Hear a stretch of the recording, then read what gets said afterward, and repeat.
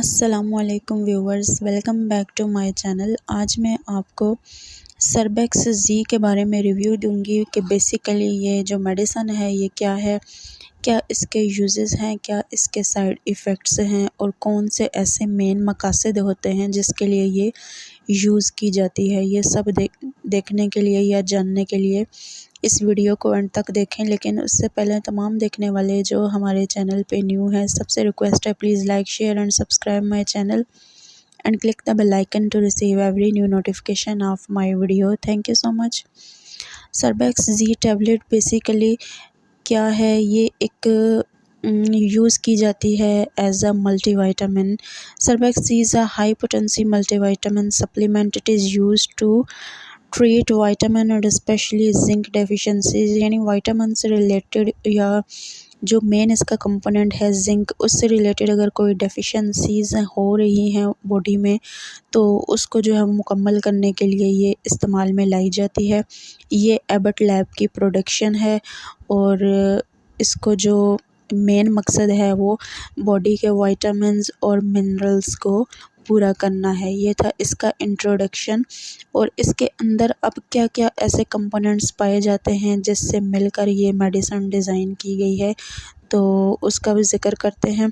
इसमें जो इसके ख़ास किस्म के इंग्रेडिएंट हैं उसमें विटामिन सी है, जिसमें निकोटामाइड है, विटामिन ई है, उसके अलावा vitamin B1, vitamin B2, vitamin B6, vitamin B12, folic acid होता है इसमें, और जिंक के कंपाउंड्स होते हैं यानी कि जिंक सल्फेट।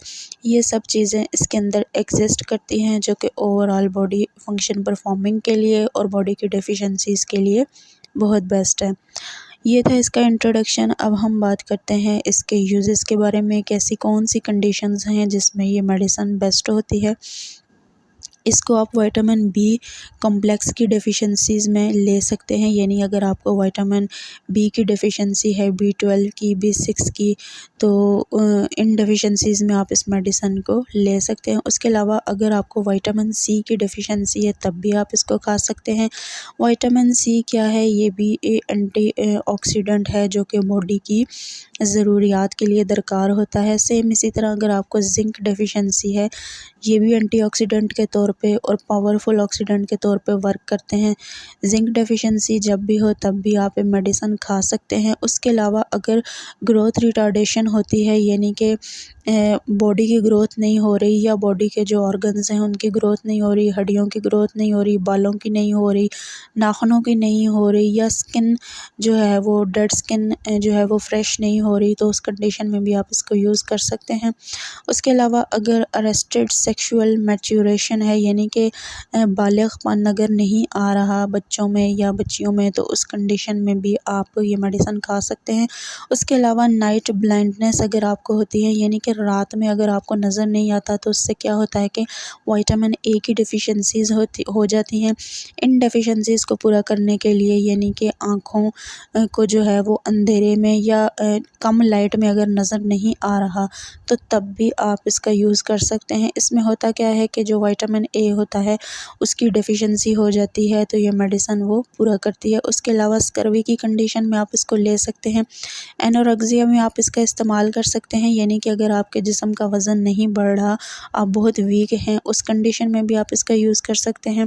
उसके अलावा अगर आपका इम्पेयर्ड टेस्ट एक्यूरिटी है, यानी कि अगर आपके मुंह का जायका ख़राब रहता है या आप जज नहीं कर पा रहे होते कि आप क्या खा रहे हैं, या सम टाइम कोई चीज़ आपको टेस्ट नहीं दे रही होती, तो उस कंडीशन में क्या होता है कि आपका जो अंदरूनी सिस्टम है वो बहुत ज़्यादा उसमें वॉर्मिंग आ जाती है, या जो डाइजेशन हो रही होती है इनसाइड द बॉडी वो प्रॉपर नहीं हो रही होती, या आपका मैदा डिस्टर्ब होता है, या आपके अंदरूनी जो अज़ा हैं वो डिस्टर्ब हो रहे होते हैं, तो उस कंडीशन में भी आप इसका यूज़ कर सकते हैं।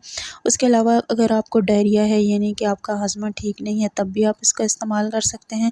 उसके अलावा आप इसको एक्रोडर्माटाइटिस या इंटरपोथिका में भी इसका यूज़ कर सकते हैं। ये भी विटामिन और मिनरल्स की डेफिशिएंसी की वजह से होने वाली बीमारी है। उसके अलावा एलोपेशिया में आप इसका यूज़ कर सकते हैं। उसके अलावा ड्राइनेस जब भी हो जाए, आपकी स्किन ड्राई हो जाए या आपके मुँह पे जो है वो खुश्की-नुमा चीज़ें डेवलप होने लग जाएँ या खुश्की वाले दाने हो जाएँ या रिंकल्स बन जाएँ या आपको हल्के पड़ जाएँ या आपकी स्किन फ्रेश नहीं है, तो उस कंडीशन में भी आप इसको खा सकते हैं। उसके अलावा आप इस मेडिसिन को hyper pigmentation of the skin में इस्तेमाल कर सकते हैं, यानी अगर आपके मुंह पे छाइयाँ ज़्यादा हो गई हैं या ब्लैक छाइयाँ हैं या रेड छाइयाँ हैं या रैशेज़ हैं या समटाइम्स तिल बहुत ज़्यादा हो जाते हैं मुंह के ऊपर, ये किस वजह से होते हैं? ये डेफिशिएंसीज़ की वजह से होते हैं। आपके जिस्म के अंदर काफ़ी मिनरल्स और विटामिन्स की डेफिशिएंसी हो जाती है, जो कि आपको खुराक की वजह से नहीं मिल रही होती या खुराक मुनासिब ना लेने से आपको वो डेफिशिएंसीज़ कंप्लीट नहीं हो रही, तो उस सूरत में आप ये मेडिसिन यूज़ कर सकते हैं।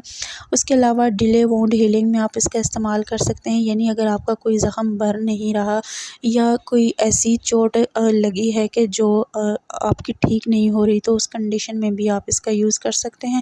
उसके अलावा इमोशनल डिस्टर्बेंस में, यानी अगर आपको बेचैनी है, कोई तनाव है या जिस्म में आप किसी चीज़ की कमी महसूस करते हैं या आपको चक्कर आते हैं या आपकी हड्डियाँ कमज़ोर हैं या हड्डियों में दर्द रहता है, तो उस सूरत में आप इस मेडिसिन का यूज़ कर सकते हैं।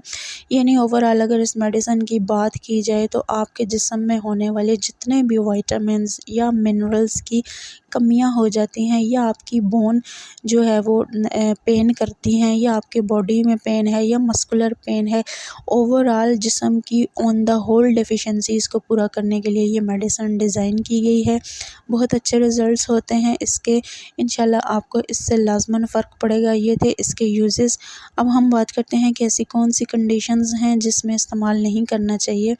अगर तो आप जिगर के मरीज़ हैं या गुर्दे के मरीज़ हैं, तो उस कंडीशन में ये मेडिसिन यूज़ करने से पहले आपने लाज़मन अपने फ़िज़िशियन से कंसल्ट करना है। सेम इसी तरह अगर आप हाइपर सेंसिटिविटी रखते हैं, उस कंडीशन में भी आपने यूज़ करने से पहले लाज़मन अपने फ़िज़िशियन से कंसल्ट करना है। अगर आप प्रेगनेंसी पे हैं या ब्रेस्ट फीडिंग वाली मदर हैं, तो उस कंडीशन में भी लाज़मन आपने यूज़ करने से पहले अपने मेडिकेशन से कंसल्ट करना है।